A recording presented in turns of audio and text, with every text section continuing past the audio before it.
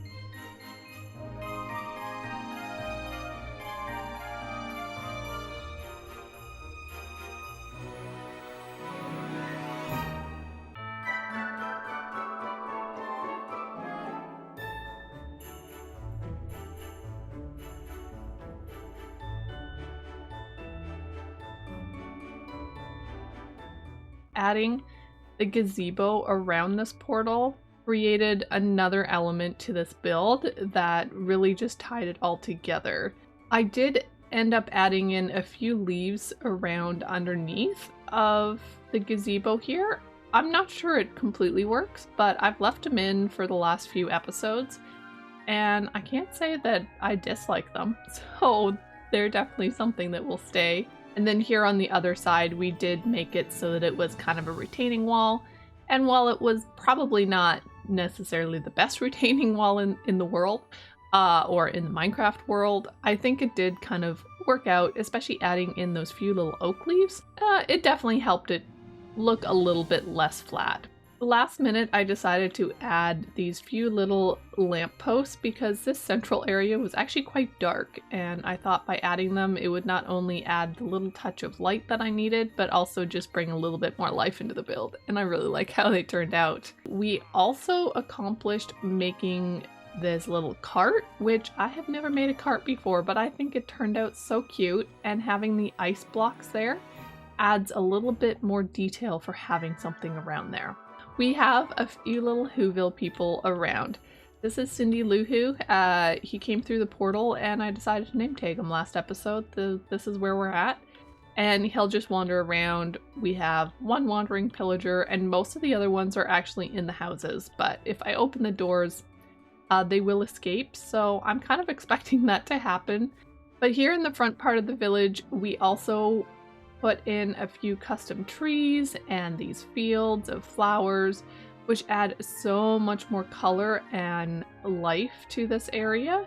And then just in last episode, we did add that second flower field in because it was just looking so empty on this side, and it definitely filled it out so much better. So with all these houses, we started in a circle and we went all the way around. And so we started with this house up top here, and we used a lot of colored terracotta within the builds and just tried to make this area very colorful and vibrant.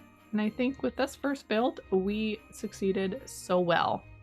There is no longer a pillager in here because that's who's wandering out there. But very simple interiors. We managed to put a little bed in each of them and some light. We also ended up adding some wheat fields off on the side of some of the houses just to fill them out a little bit more, make them look less plain. And we did try to get a fireplace in every house except for I think this one. I think this is the only one that didn't get a fireplace, but again, having that smoke just kind of billowing out, so nice. We are missing a lantern. I forgot. I broke it to get the pillager in there and I didn't replace it. Whoops. There is no longer a pillager in there though, because again, he escaped, but it happens. So this one we had like this corner open fireplace, which from the inside probably looks a little bit weird because where is this going? But I do kind of like how this came out together.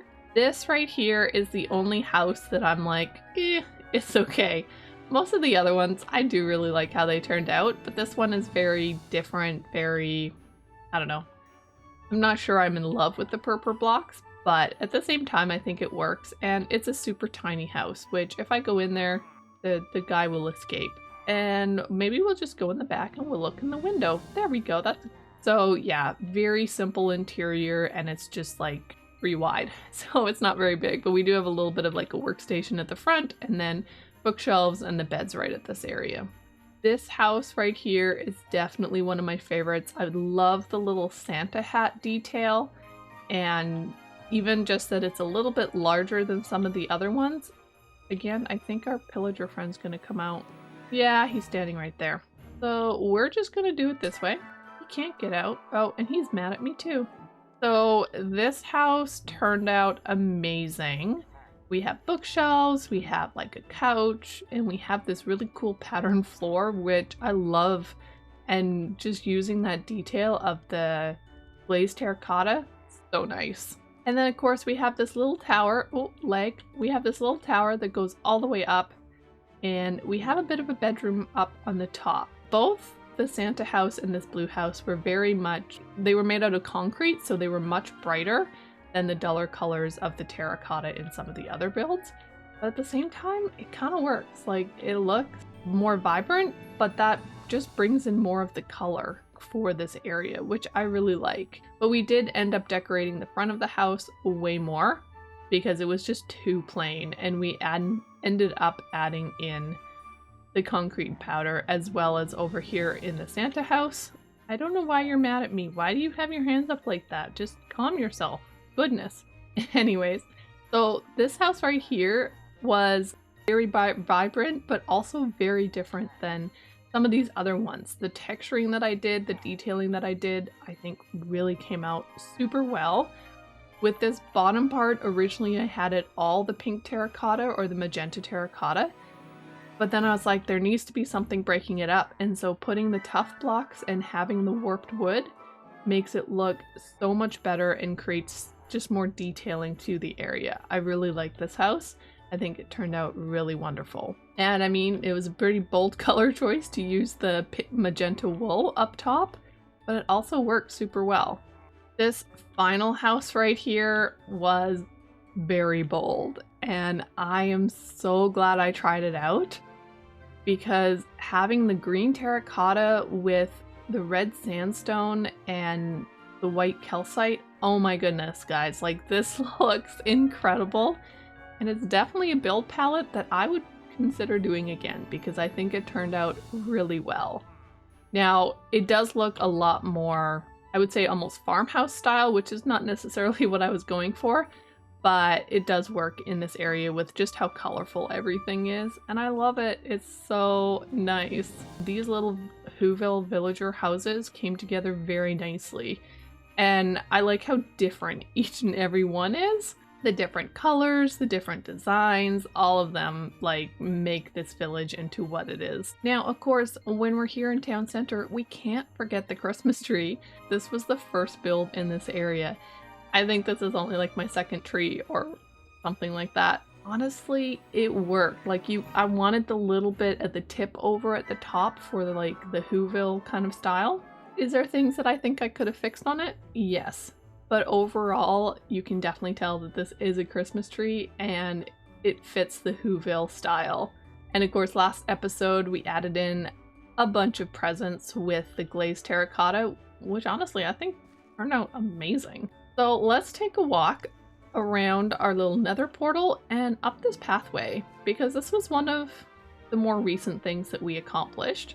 And I think it turned out so well, adding this little barrier on the one side and continuing it all the way to the mountainside added in more of a completion for this area. But when we come down this little pathway, you can either take this direction and go down through the little forest that we built up, or we can go this way, which we're going to do right now, and go up the path to the Grinch's lair. And adding in these little leaves and the light from the lanterns and even some little fences textured everything so much better and also brought light to this area. As you may have noticed, I also did texture a little bit on the sides of the walls, just of the mountain, just to make it a little bit less natural generation, and I think it works out really well.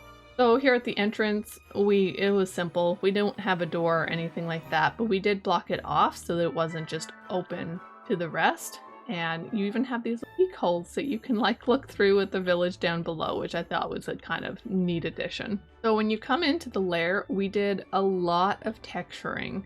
We had mossy cobble and cobblestone and stairs, and the leaves and even the glowberries works so well together and makes this very much the cave atmosphere.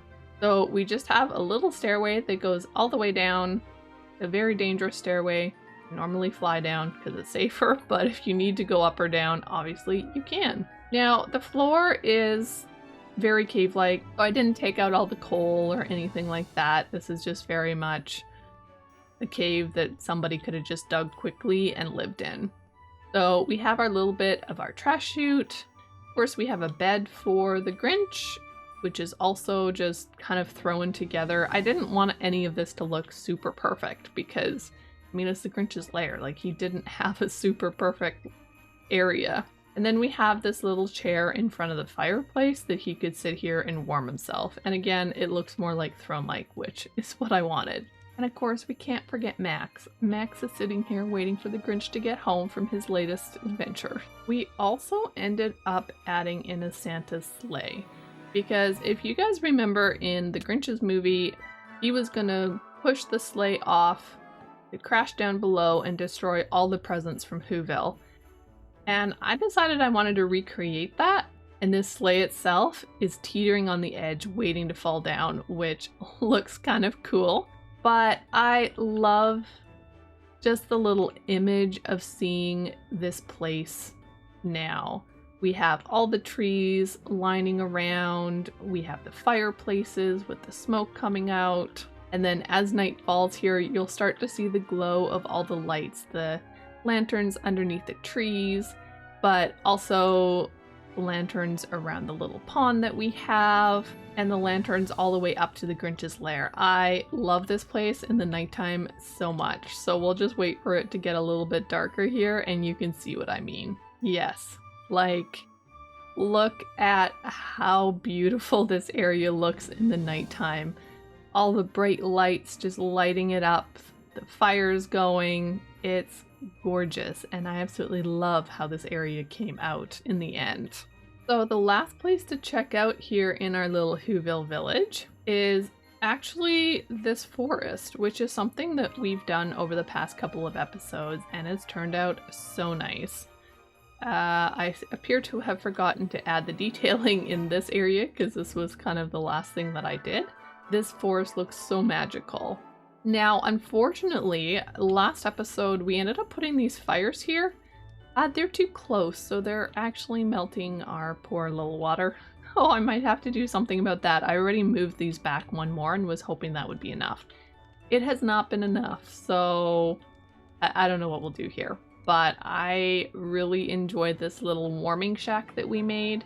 But our path goes all the way through the back here, and we have some little stones, and we have some campfires, and it's so nice, so magical, so beautiful. So this has been an absolutely exciting project to take on. I've learned a lot about building, about editing, about video creation, and I'm so glad that you guys joined me for this journey. And I look forward to just doing more video creation. Will I ever do daily videos again? We'll find out. I have enjoyed just kind of the challenge of it and the learning curve that's gone with it. So I just wanted to thank you guys for the support. It's been really nice. So I think that's it for today's episode. We've done amazing work over these last 23 days building up this little Whoville town. Our Whoville people seem to like it, although a few seem pretty mad at me, but everything here has turned out so well together, and I look forward to making more content for you come the new year. So if you have liked this series, don't forget to hit that like button, and feel free to share this content too. And if you're new, I would also absolutely love if you would subscribe. Keep watching my channel because there should be soon a couple of episodes from the SMPs that I'm in coming out, and come the new year, we'll definitely be getting back to my single player world. So thanks again so much for the support, and I look forward to seeing you in my new content coming soon. Bye for now.